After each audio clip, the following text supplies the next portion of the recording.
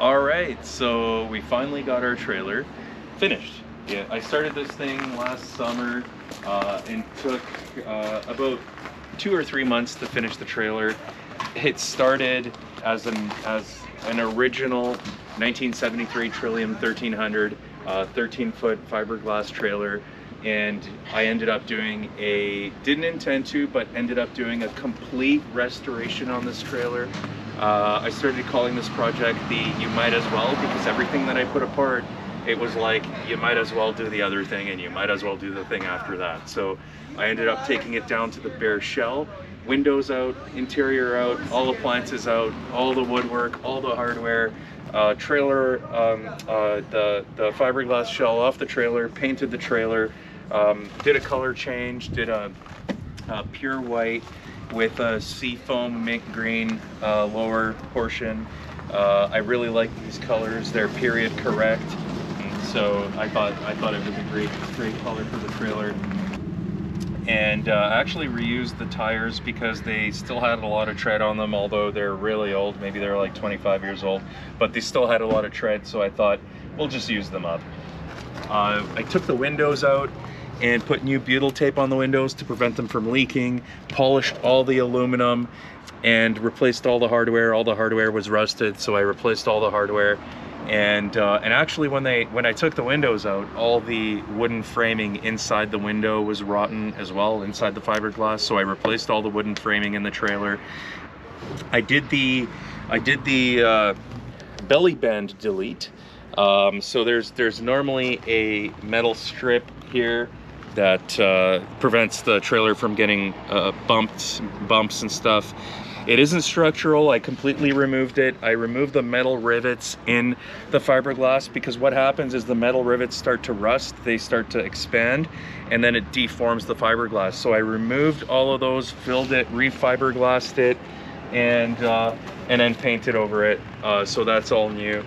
New LED tail lights, and actually all of the electrics through the trailer was replaced. My brother-in-law is an electrician and he rewired the whole trailer. And I had the propane replumbed as well. So it's got all new propane plumbing, and it has a new 12-volt battery with all new wiring. So this trailer can run off grid. The fridge can run on the 12-volt or the plug-in or even the propane, and there's a heater that can run on propane in there, and I have lighting that can run on the 12-volt. So this can be an off-the-grid trailer as well. Although most of the time we just go to the campsites like we did in Europe. I plug into the campsite. So the Europe trip really got us excited about getting something in Canada as well for our little trips and to explore North America. We're expecting another baby now, so that's kind of been put on hold. But I chose an older trailer like this because you can just redo it all, just like I did, and make it into a brand new trailer. And you know, at first I thought it was more cost effective, but you know, after you do all the work and all the time put in, it's a lot to get this all done. One of the major challenges was the door was sagging. So this piece right here is there's actually a piece of wood in there, sandwiched in between the fiberglass.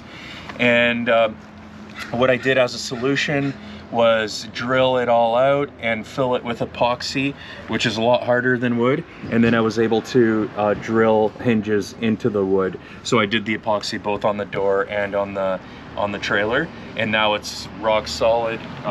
Door fits well. All new seals. Yeah. Now we'll go, before we do go on the inside, I will say also I put the whole awning apart, replaced all the rusted hardware, and had a lady that works at actually Fabricland sew me a new awning with material that's made for outdoor umbrellas for patio sets. It's rainproof, comes out about 10 feet, very, very useful. Now I'll move on to the inside of the trailer to show you guys some of the stuff that I've done on the inside of the trailer. All right, so now inside the trailer, we got this terrazzo floor made Actually, in my homeland, in Slovakia, there's a company that custom manufactures these. And what we did is we used some of the color of the cushions, some of the wood, and the appliances, and actually the exterior seafoam color there too. So it all kind of works, and it's very, very custom. Some of the stuff that we did inside the trailer was the new modern three-way fridge, so 12 volt, regular 110, and propane powered fridge. The stovetop, which we haven't even used yet,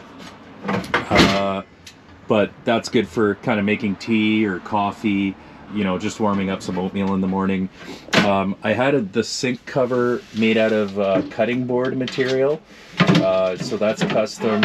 We kept the original sink, but that cutting board is great for, putting little quick meals together. I kept the original propane heater because that thing is just very useful. We also have the heater down on the ground for the plug-in when we're plugged into the campsite. Did a subway tile, simulated subway tile backsplash, and had all of the all new cushions made, all new mattresses with this piping on it. My mom actually sewed the covers, and it's made out of water resistant material.